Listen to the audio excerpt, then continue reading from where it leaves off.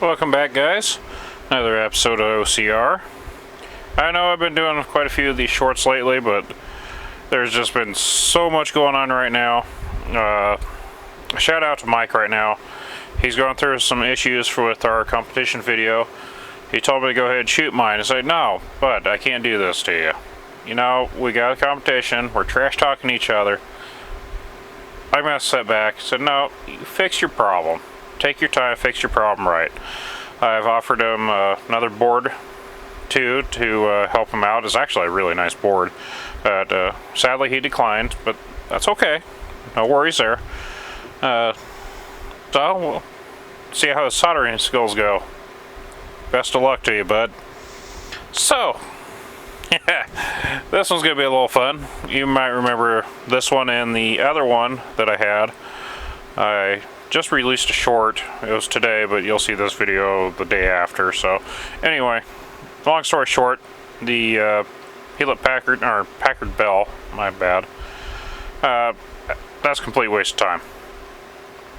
Yeah, it probably would be a collectible, but right now there's so much acid eating through that main board, it's not worth trying to save that. Those boards typically had a battery off to the side. Somebody put a battery pack in there, 4 AA's in it, and those started to leak out and eat through the board.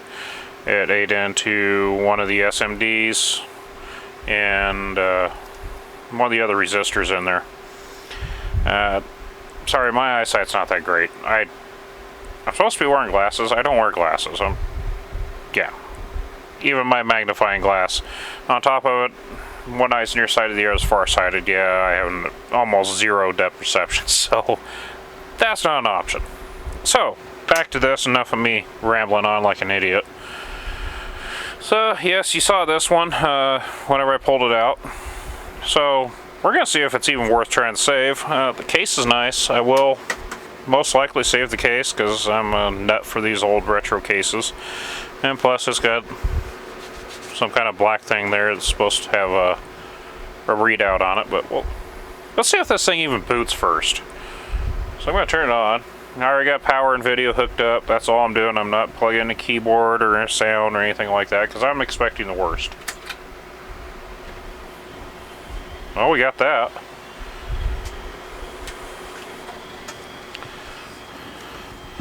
Well, we at least have a signal. Hey! So it's a VI 12G board, revision 1.3, 94. Floppy disk fail. That's probably because the BIOS battery's dead in it. Luckily, this one has the coin cell battery in it, so this one's worth saving, possibly. I think I hear the hard drive kicking on and off. Let's take a little peek at that.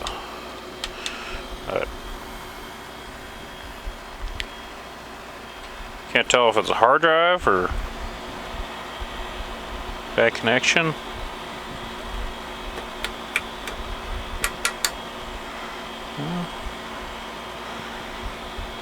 No, hard drive's still spinning.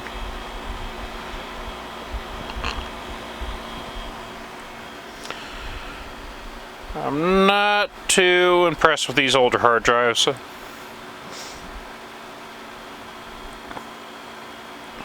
It does sound like it's staying on though, so I'm not going to hold my breath on this one. So let's get on to the next one, see if that thing even works. I got high hopes for it because it has the DX4100 on it, but and now the hard drive did it again. So that hard drive's probably bad. There used to be a guy I know they've done it other places too. Other people used to take apart these old hard drives and turn them into wall clocks. Might be an option for one that I have that's completely toast. Most people did them with the old MFM drives. I'm sorry, but those MFM drives are getting too hard to find. I'm not going to do that with one unless it is completely shot. And I cannot repair it at all. So keep that in mind. I will not do that to an MFM drive unless. So, yep, let's go to the next one. Real quick, yeah, apparently it has no readout there, or else it's not hooked up. Nope, there's no readout in there. It's just got the 3 lights. Darn it! Who does that?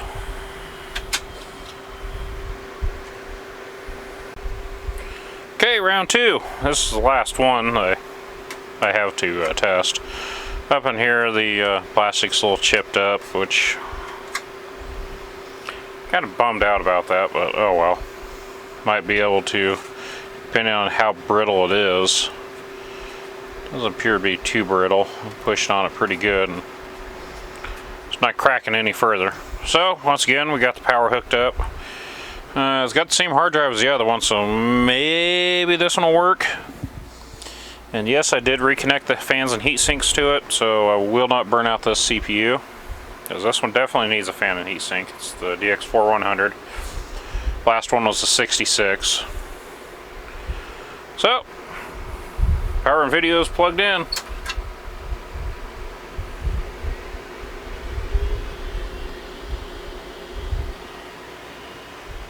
Let's see if we get an output.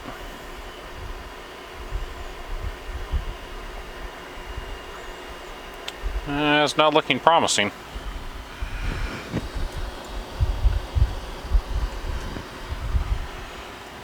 So no output here, not yet. Oh, that kind of stinks. Got a good case.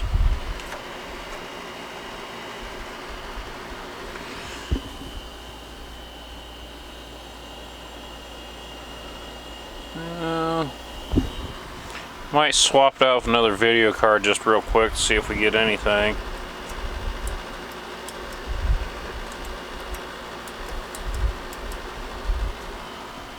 Nothing's really trying. Let's do a quick power cycle. Whoa, that's dirty. Not even getting a beep. Well, poo. So I'm pretty sure the CPU is going to be alright on this. This case is actually cleaner inside than the rest of it. But, probably got some more damage down in there. It looks like there was water that was pooling up in here. Been left outside for probably a good solid year. So, I'll tear it apart a little bit and see exactly what the problem is, and I'll get right back with you. So, just got it up, and I was right. I pulled out the crappy modem. That baby's a little rough, but nothing, a little bit of, well, I don't know. Wow, I don't know if I want to. Oh, I'm gonna have to sit on that one and think about it for a while. But yeah, as you can see, the distortion going through here. I know, I kind of got that camera set at an angle. Well, the board works, CPU works, 16 megs of RAM. The video card is crap. Well, what do you expect sitting outside in the weather for a year? Catch this before my TV monitor shuts off. GUI 1600S. Darn it. I might have to go through and reflow the solder on that card. Man, card doesn't half bad either for an ISA video card. Darn it. It's actually one of the faster ones.